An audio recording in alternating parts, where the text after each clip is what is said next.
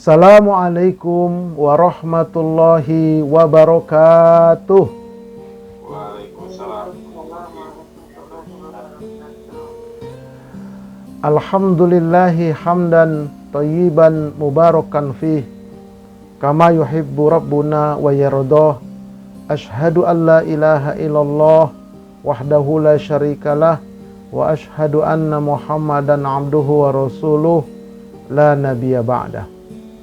Amma ba'du. Semoga para sahabat-sahabat santri pesantren virtual Pondok Salat yang dirahmati oleh Allah Subhanahu wa taala dalam keadaan sehat walafiat, baik lahir maupun batin, baik ekonomi, ketenangan dan semuanya mudah-mudahan Allah limpahkan kepada kita semua. Amin ya rabbal alamin. Salawat dan salam semoga Allah sampaikan keharibaan putra Abdullah, buah hati Aminah, kekasih Allah, uswatun hasanah kita, Nabi kita Muhammad sallallahu alaihi wasallam. Baik, seperti biasa, ya mungkin nanti ada teman-teman sahabat-sahabat yang baru pertama kali ngikut.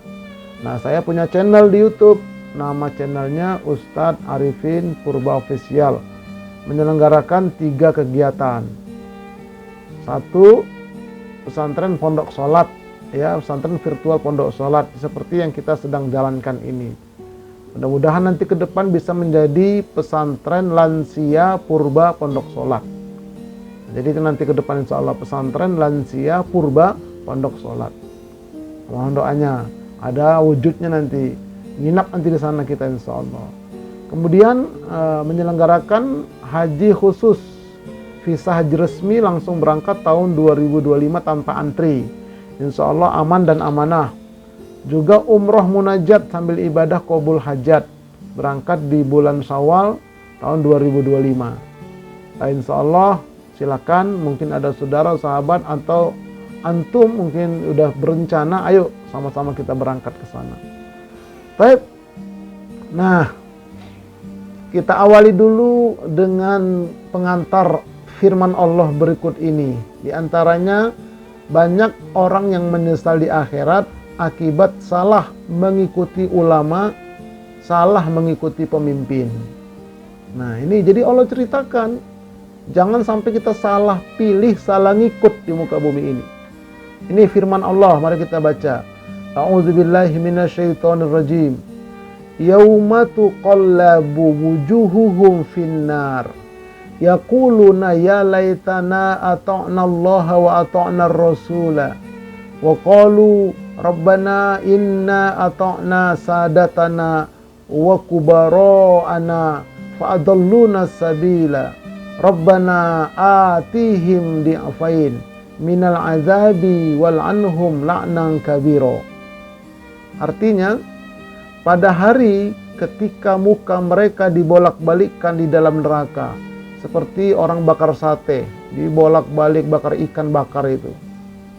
Mereka berkata, orang yang dibakar di neraka ini, nggak mati mereka ngomong, alangkah baiknya andai kata kami dulu di dunia taat kepada Allah, Al-Quran, taat kepada Rasul, sunnahnya atau hadis Nabi. Dan mereka berkata lagi, ya Tuhan kami, sesungguhnya kami dulu di dunia telah mentaati ustadz-ustadz kami dan orang-orang yang terkenal di antara kami. Lalu mereka menyesatkan kami dari jalan yang benar, ya Allah. Ya Tuhan kami, timpakanlah kepada mereka azab 2 kali lipat dan kutuklah mereka dengan kutukan yang besar. Nah, jadi jangan main-main, hati-hati kita ngikutin ustadz juga. Karena banyak di akhir zaman ini ustadz abal-abal. Makanya kata Nabi, ulama itu terbagi 2, ada ulama su, ada ulama hasan. Nah, itu yang ikut pengajian aja kalau nggak hati-hati tersesat, apalagi yang nggak ngaji. Nah, makanya nggak boleh kita ngikutin, wah dia ustadz terkenal, viral. Itu ternyata mereka menyesatkan dari jalan Allah. Akhirnya di akhirat masuk neraka. Jadi ada yang bilang, kan dia yang tanggung jawab ustadz. Kita kan cuma pengikut, nggak ada cerita. Nggak ada cerita yang tanggung jawabnya. Dua-duanya dimasukkan ke neraka. Nah, umatnya ini yang ikut-ikutan ini, mereka berkata, ya Allah, azab mereka itu 2 kali lipat dari kami. Kutuk mereka itu ya Allah. Nah, ini Allah kabarkan dalam Al-Quran tentang orang di muka bumi ini salah ngikutin ustadz. Apalagi kan banyak yang viral tuh kemarin kan, terhadap penjual es teh dingin. Nah, sudah saya bikin video kemarin nasihatnya. Nah, nanti akan saya bikin videonya, saya buatkan video tentang kriteria ustadz-ustadz yang sesat dan kriteria ustadz-ustadz yang wajib yang boleh kita ikuti. Itu nanti saya buatkan videonya insya Allah. Nah, ini pengantar aja. Makanya kita ngaji yang betul. Kita ngaji yang serius. Ya. Kita ngaji yang serius. Ada kriterianya itu nanti insya Allah akan saya sampaikan. Ya. Ini pengantar saja. Yuk kita ngaji sekarang terkait dengan pondok sholat ini. Baik, sahabat-sahabat santri pesantren virtual pondok sholat yang dirahmati oleh Allah Subhanahu wa Ta'ala. Nih, tema besar kajian kita adalah 20 macam sholat sunnah. Nah, malam hari ini kita akan mengulas tentang sholat istikharah. Sholat istikharah. Ini ya, ini akan kita ulas, akan kita kaji. Ya, mungkin kita pernah dengar ya, tapi pernahkah kita mengamalkan? Nah, ini pertanyaan ini. Bagaimana cara mengamalkannya Ustadz? Nah, ini kita kaji lah malam hari ini. Ya, kita kaji, alhamdulillah lah yang ikut pengajian ini. Malaikat datang ke rumah kita masing-masing insya Allah. Baik. Nah, ini ya, pendahuluan. Dalam kehidupan yang sangat kompleks ini, manusia pasti dihadapkan pada berbagai macam urusan yang tarik-menarik antara satu perkara dengan perkara lainnya, sehingga sulit diselesaikan dengan satu keputusan. Wah, tarik sana, tarik sini, masalah sana, masalah ini, begitu. Ya, akhirnya bingung. Ah, untunglah ada sholat istikharah. Jadi kata ibunya, nak, jangan bingung ya nak. Mau milih yang mana nak? Yang ini atau yang itu? Sholat istikharah nak. Kalau ibunya tahu ilmunya. Kalau nggak tahu ya bingung juga ibunya. Apalagi bapaknya. Jadi ini ya. Oke, taib. Namun bagi seorang muslim yang sejati, keadaan seperti ini tidak akan membuatnya bingung, apalagi stres. Nggak akan. Kalau betul-betul dia muslim yang kafah. Sebab ia masih dapat menempuh satu cara, yaitu dengan melakukan sholat istikharah. Tuh ya, dengan sholat istikharah. Sholat istikharah ini adalah cara meminta petunjuk langit. Maksudnya petunjuk Allah, bimbingan Allah, arahan dari Allah. Boleh kita konsultasi sama guru yang kita sikoh itu artinya kita percaya kepada dia, boleh. Tapi iringi dengan salat istikharah. Ya, dengan salat istikharah. Baik. Oleh karenanya bagi setiap muslim, istikharah adalah kebiasaan yang sangat baik dilakukan dan hendaknya menjadi aktivitas rutin yang senantiasa mengiringi setiap muslim dalam mengambil keputusan. Nah, jadi betul-betul kita cinta kepada salat istikharah ini. Ada masalah apa? Bingung kita tentang masalah ini, istikharah. Minta petunjuk kepada Allah. Nah, itu ya. Baik. Nah, salat istikharah dari sisi spiritualitas, istikharah menunjukkan kualitas keimanan seorang muslim. Semakin sering dia salat istikharah, maka semakin tinggi pula keyakinannya atas pertolongan Allah. Ia yakin bahwa Allah hanya akan menganugerahkan kebaikan dari setiap keputusan jika kita meminta petunjuk darinya dengan penuh pengharapan. Nah itu, jadi semakin rajin dia, semakin cinta kepada salat istikharah, itu menunjukkan keimanannya itu semakin berkualitas. Kenapa? Selalu melapor kepada Allah, selalu mengadu kepada Allah, selalu curhat kepada Allah. Bukan curhat di status, Ada kawan saya kemarin, dia curhat di status, dia bikin diri dia meninggal, innalillahi wa inna ilaihi raji'un. Wah, bingung lah kami di grup. Saya marahin dia, nggak boleh begitu, saya bilang. Ya kalau ada masalah ya jangan curhat di status, di Facebook tentang keburukan kita, tentang masalah kita.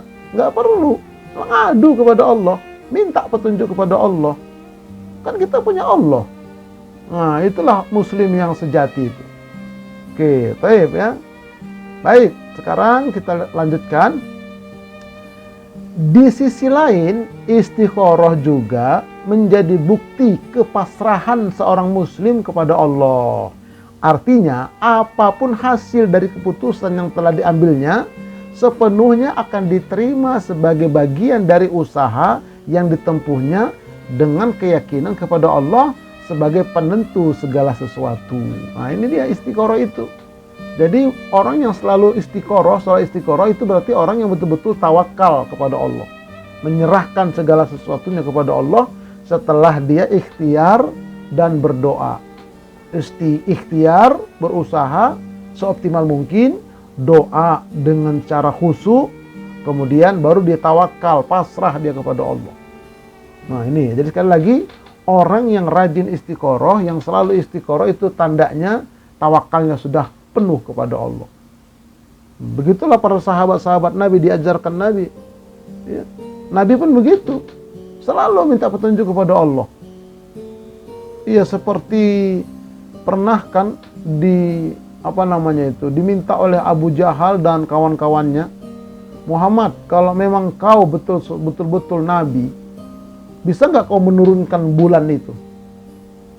Rasulullah nggak bisa lah dalam hati, gimana bisa saya manusia biasa. Tapi kemudian tergerak kalbu Nabi pun berwudu, masih ada wudu, sholat istiqoroh, minta petunjuk kepada Allah. Datang malaikat Jibril, arahkan tanganmu ke langit, turun bulan itu, dibelah dua itu, sebesar piring jadinya, dibelah dua, masukkan ke tangan baju sebelah kanan, sebelah kiri, keluar dari bawah, naik ke atas, bersatu lagi, terbang. Jadi dua kali tuh bulan itu pernah diterbang, dibelah. Yang pertama dulu di atas itu suruh mendekat, diarahkan tangan Nabi ke arah bulan itu, terbelah dua bulan. Kemudian bersatu lagi. Yang kedua tadi itu dibelah. Sebelum itu Nabi istiqoroh dulu, sholat dulu kepada Allah. Apakah ini permasalahan permintaan orang-orang kafir ini perlu saya terutin atau tidak ya Allah? Beri petunjuk. Datang keyakinan. Begitu. Itulah dalam Islam ada ya ajaran. Jadi nggak perlu kita datang ke gunung, ke laut, kemana, jangan, apalagi ke dukun, nggak perlu. Ya, jangan, itu perbuatan syirik. Na'udzubillah min dzalik. Baik, apa sih pengertian sholat istikharah Ustadz? Nih, baru kita masuk sekarang. Kalau nggak ngerti, ya bagaimana bisa paham? Jadi pengertian dulu kita lihat.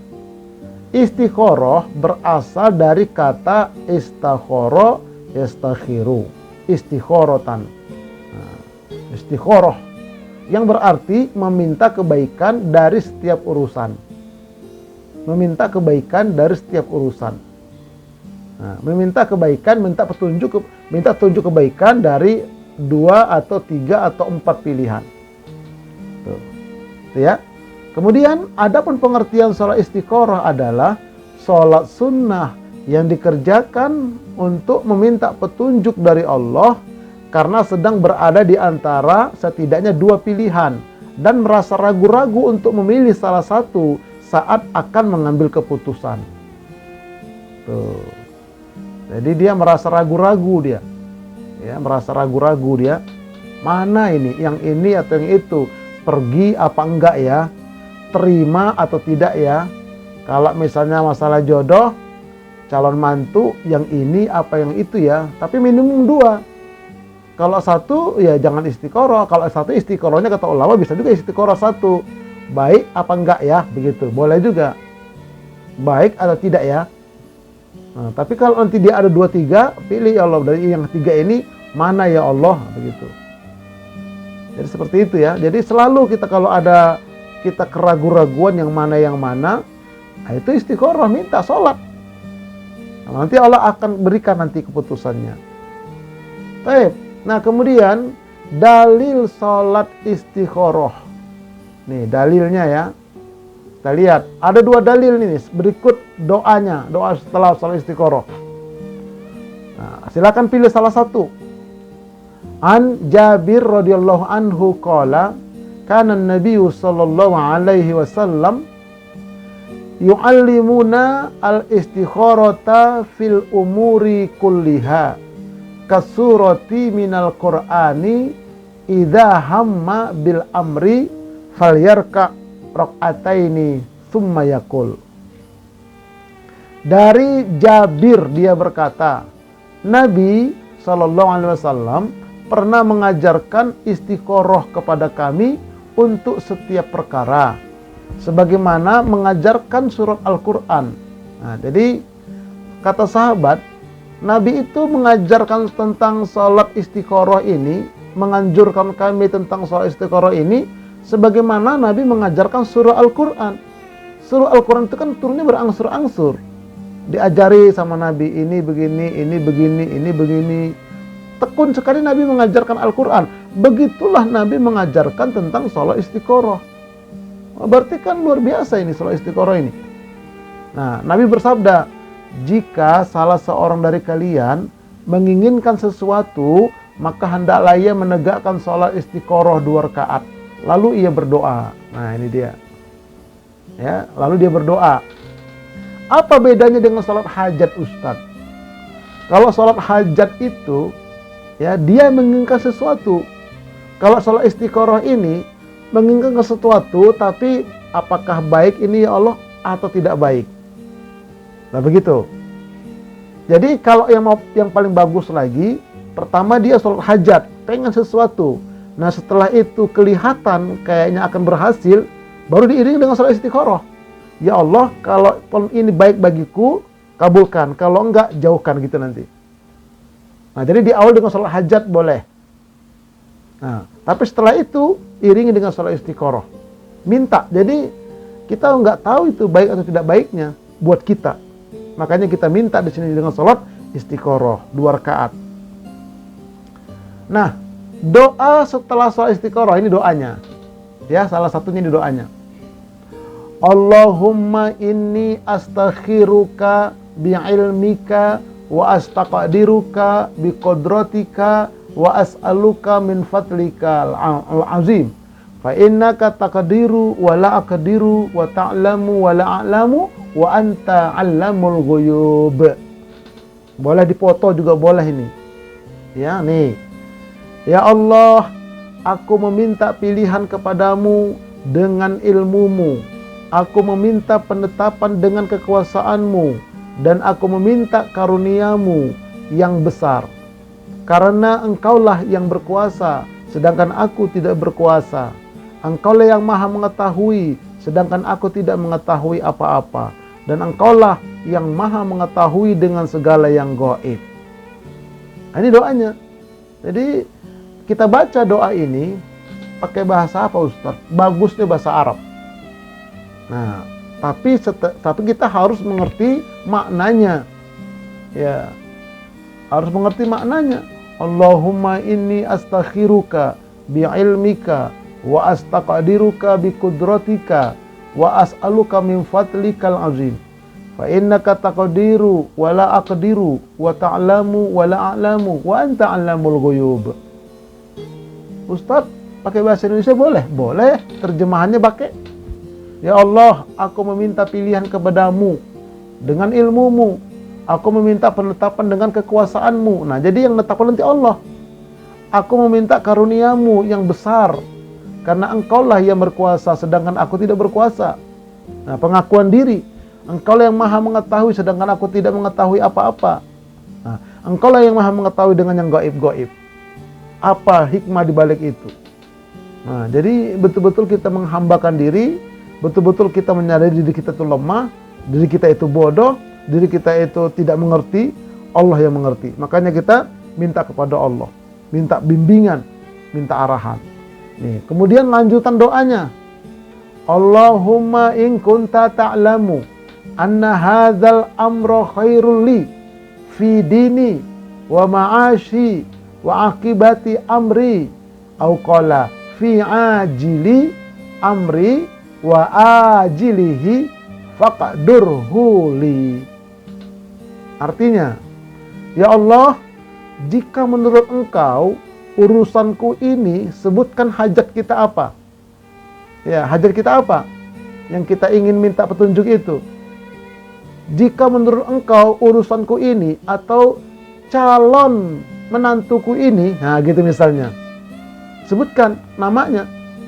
Adalah baik untukku, untuk kami, dalam agama kami, dalam kehidupan kami, serta akibat ini semua nanti baik di dunia ataupun berakibat baik di akhirat, maka takdirkanlah itu untukku ya Allah. Oh begitu.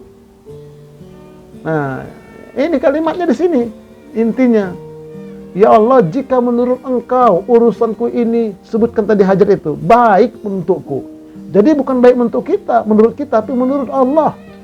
Kalau memang itu baik ya Allah, untukku, untuk kami, nah itu dia. Untuk agama kami, nggak merusak agama kami ya Allah, nggak merusak kehidupan kami ya Allah, serta nanti akibatnya dunianya baik, akhiratnya baik, maka takdirkanlah untukku, takdirkanlah untuk kami ya Allah. Nah itu, di situ doanya itu. Jadi baik menurut Allah, bukan menurut kita.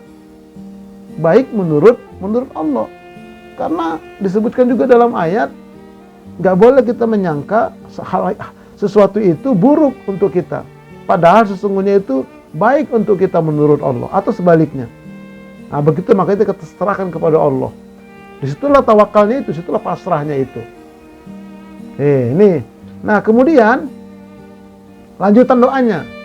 Wa in kunta ta'lamu anna hadzal amra syarrul li fi dini wa ma'ashi wa akibati amri au qala fi ajili amri wa ajilihi fasrifhu anni wasrifni anhu wa qadur lil khaira haitsu kana thumma radini bihi wa yusamma hajatahu.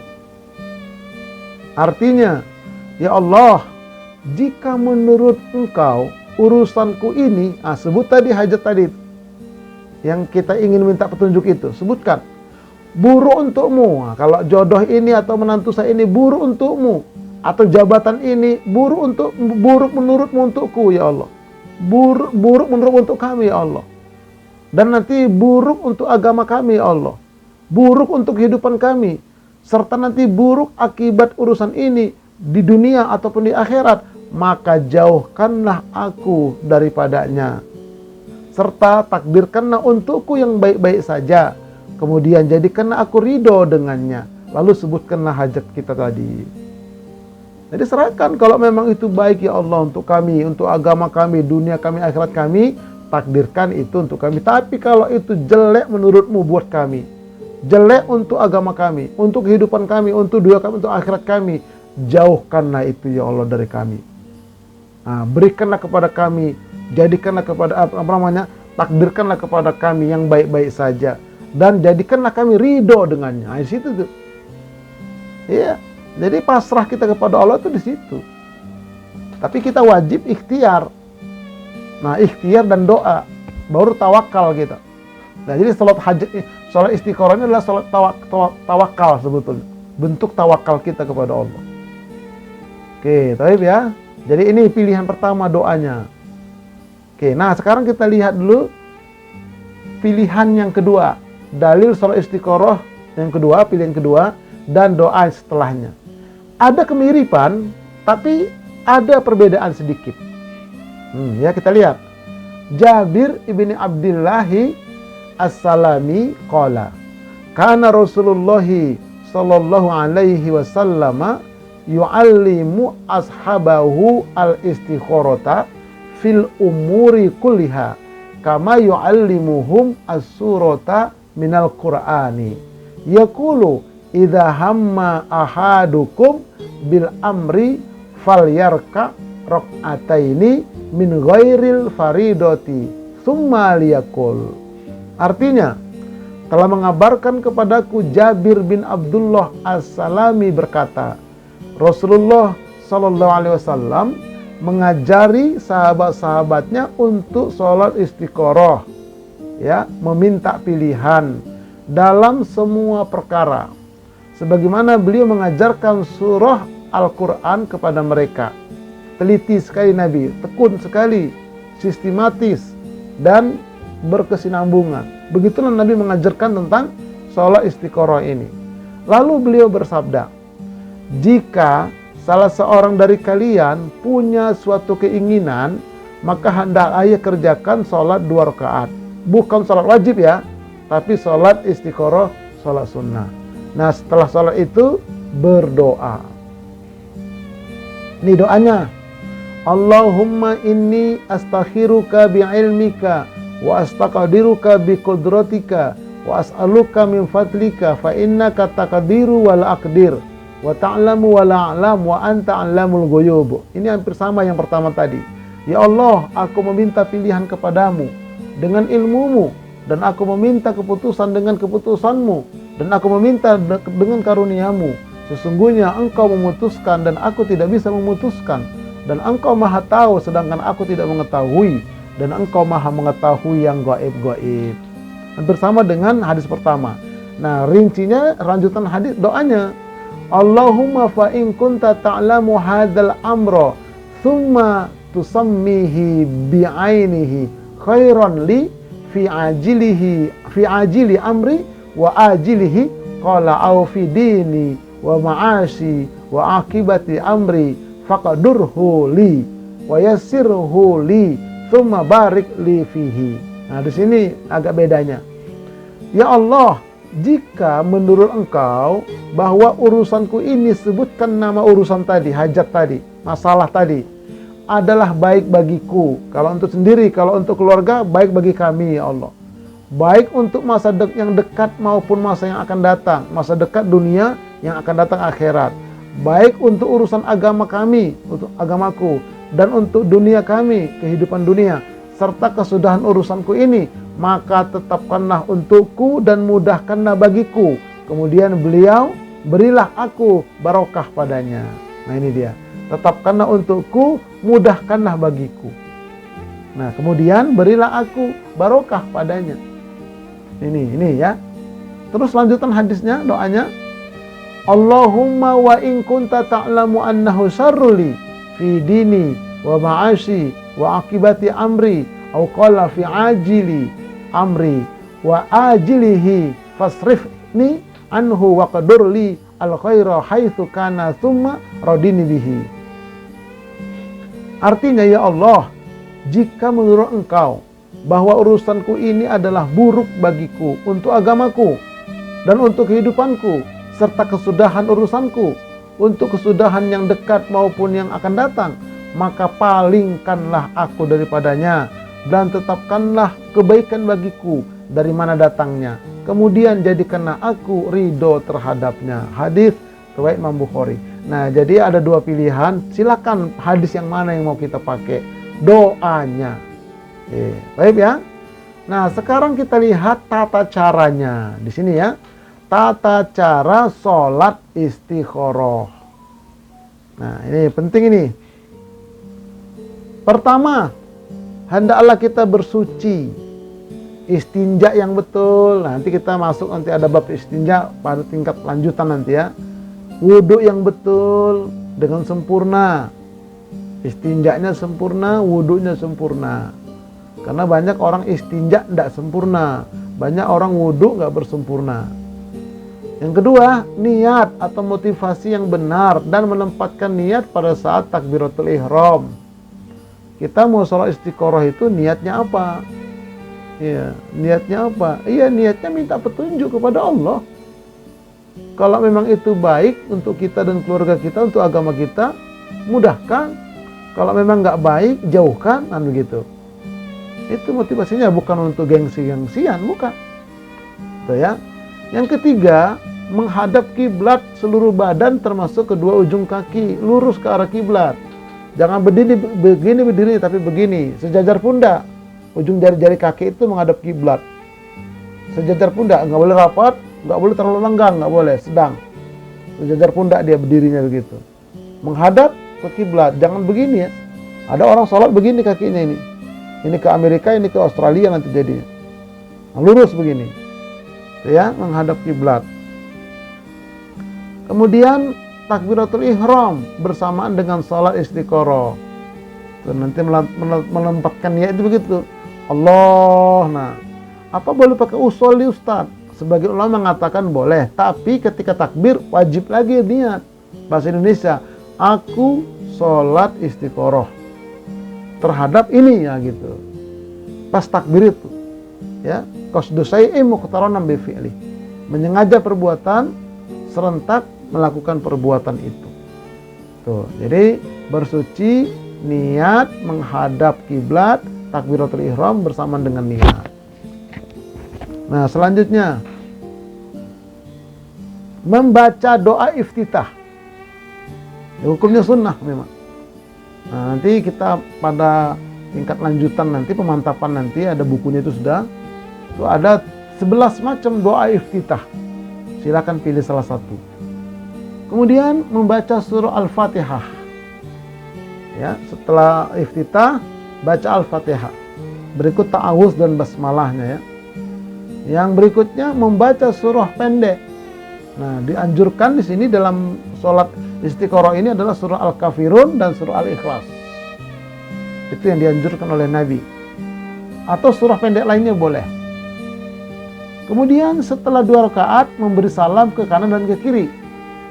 Assalamualaikum warahmatullahi wabarakatuh. Assalamualaikum warahmatullahi wabarakatuh. Nah, kemudian setelah salam tetap duduk tahiyat akhir, duduk tawarruk namanya. Jangan bergerak, tundukkan kepala, istighfar. Astagfirullah, astagfirullah, astagfirullah. Istighfar itu kan minta ampun. Minta ampun atas apa Ustaz? Minta ampun atas sholat yang baru kita kerjakan tadi.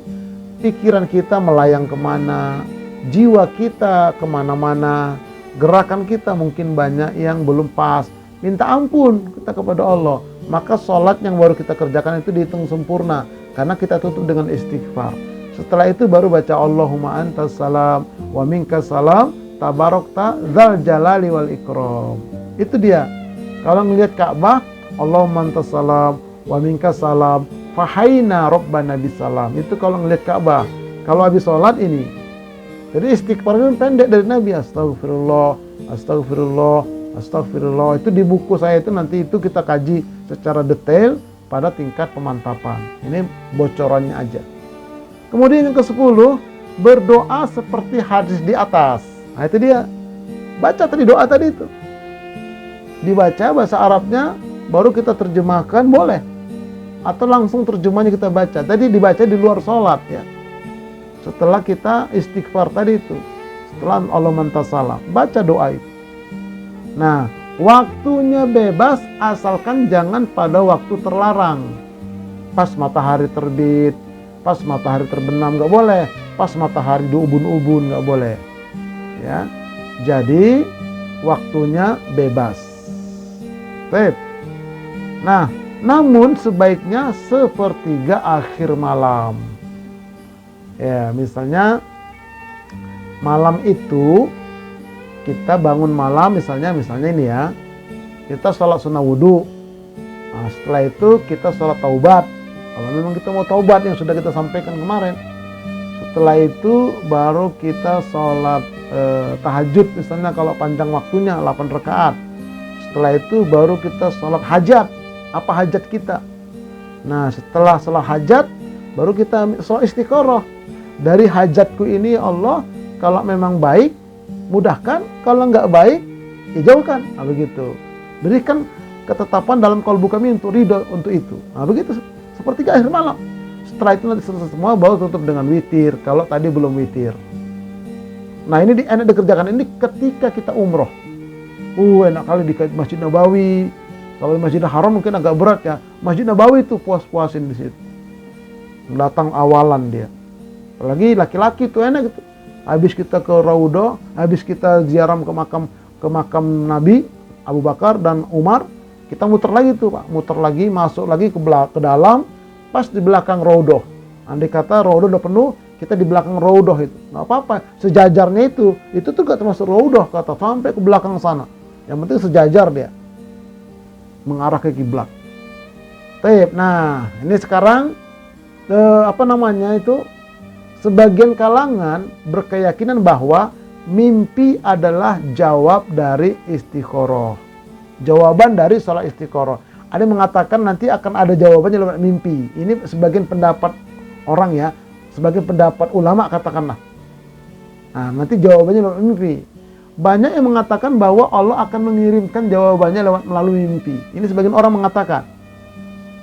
Mimpi itu seperti tradisi yang ada di Indonesia.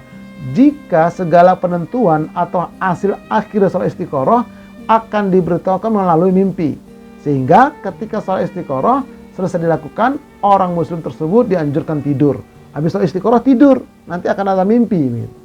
Ini sebagian pendapat ya. Nah, jika dia bermimpi yang berhubungan dengan apa yang menjadi permasalahannya, bisa dikatakan itu adalah jawaban atau hasil dari finalnya. Tuh dia. Kalau belum mimpi, ya besok-besok ini lagi istikharah lagi. Nah, sayangnya pandangan dan persepsi masyarakat Indonesia akan hal tersebut kurang tepat. Ditambah lagi tidak ada hadis yang mengatakan seperti itu. Nah, memang tidak ada salahnya mengandalkan hasil final dari sholat istikharah melalui mimpi. Nggak ada salahnya kata sebagian ulama. Jika mimpinya tersebut adalah hal yang baik. Yang menjadi permasalahan jika mimpi tersebut justru mimpi yang kurang baik atau buruk. Loh, kok mimpinya jelek ya? Nah, nanti kan jadi berburuk sangka dia. Tapi yang jelas ya, tidak ada hadis mengatakan nanti akan datang dari mimpi, nggak ada. Ini cuman sebagian pendapat sebagian orang, sebagian ulama katakan begitulah, sebagian ustadz. Kalau hadisnya nggak ada. Tapi mimpi tersebut justru tidak membawa maslahat bagi orang yang melakukan sholat tersebut, ya mimpi yang buruk tadi. Mimpi bukan menjadi tolak ukur hasil final dari sholat istikharah yang dilakukan. Sebab asal mula mimpi ada 3 macam. Ini mimpi 3 macam ya. Yang pertama adalah mimpi datangnya dari setan. Yang kedua, mimpi datang dari Allah. Yang ketiga, mimpi datang dari diri sendiri. Nah, itu kadang-kadang bisikan Qarin atau bisikan Hawa. Nah, jadi hati-hati. Makanya tidak ada dalil ya yang menyatakan jawaban itu nanti lewat mimpi, nggak ada dalil hadis. Quran hadis nggak ada. Nah, ya hati-hati. Baik, nah sekarang jawabannya yang benar apa? Jawaban sholat istikharah, jika kita tidak boleh mengandalkan mimpi setelah melaksanakan sholat istikharah, lalu bagaimana kita mengetahui kalau sholat istikharah kita telah terjawab? Nah, ini kan pertanyaannya berarti. Kalau memang mimpi nggak ada dalilnya. Kita lihat, memang tidak ada dalil yang pasti yang membahas mengenai jawaban dari sholat istikharah yang dilakukan. Namun kita bisa melihat jawaban sholat istikharah berdasarkan kata dari beberapa ulama besar yang mengatakan sebagai berikut. Nah, ini pendapat ulama lain. Ya, pendapat lain dari ulama-ulama. Tidak mimpi katanya, bukan mimpi nanti jawabannya.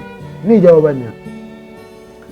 1. Mengambil keputusan yang menjadi keyakinan dengan perasaan pasti. Nah ini, jadi nanti jawabannya itu setelah dia sering, nggak hanya sekali ya, beberapa kali, nanti akan muncul, Allah munculkan dalam kolbunya itu jawaban perasaan yang pasti.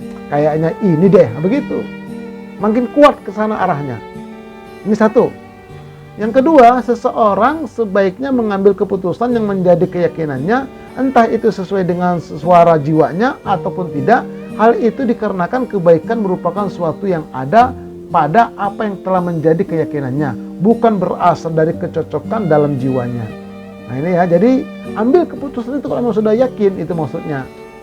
Ya, saya yang ini begitu. Tapi tidak cukup sekali sholat istikharahnya kalau begitu, berkali-kali dia. Sampai datang keyakinan itu. Ya Allah kasih nanti keyakinan itu. Baik. Yang ketiga, suara jiwa sering dipengaruhi oleh berbagai hal. Salah satunya adalah masalah tentang perasaan yang sifatnya subjektif. Dan tidak ada hadis yang membahas tentang hal tersebut. Nah ini kadang-kadang jiwa ini kadang-kadang karena kepengenan dia, subjektif dia. Karena ada egonya di sana. Hati-hati juga itu, nanti bisikan diri tadi.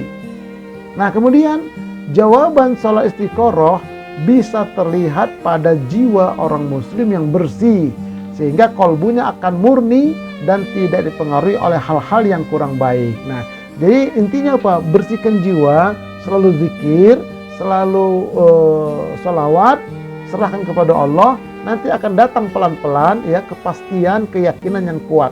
Yang ini begitu. Insya Allah seperti itu caranya. Oke ya. Nah, baru sekarang kita lihat kesimpulan. Kesimpulan dan keutamaan serta manfaat sholat istiqoroh. 1. Kalau kita betul-betul sering menegakkan sholat istiqoroh, bisa menenangkan diri kita. Menghadapi kegalauan macam-macam itu, ya, bisa menenangkan diri kita. 1. Ya. Yang kedua, menyerahkan hasil apapun pada Allah.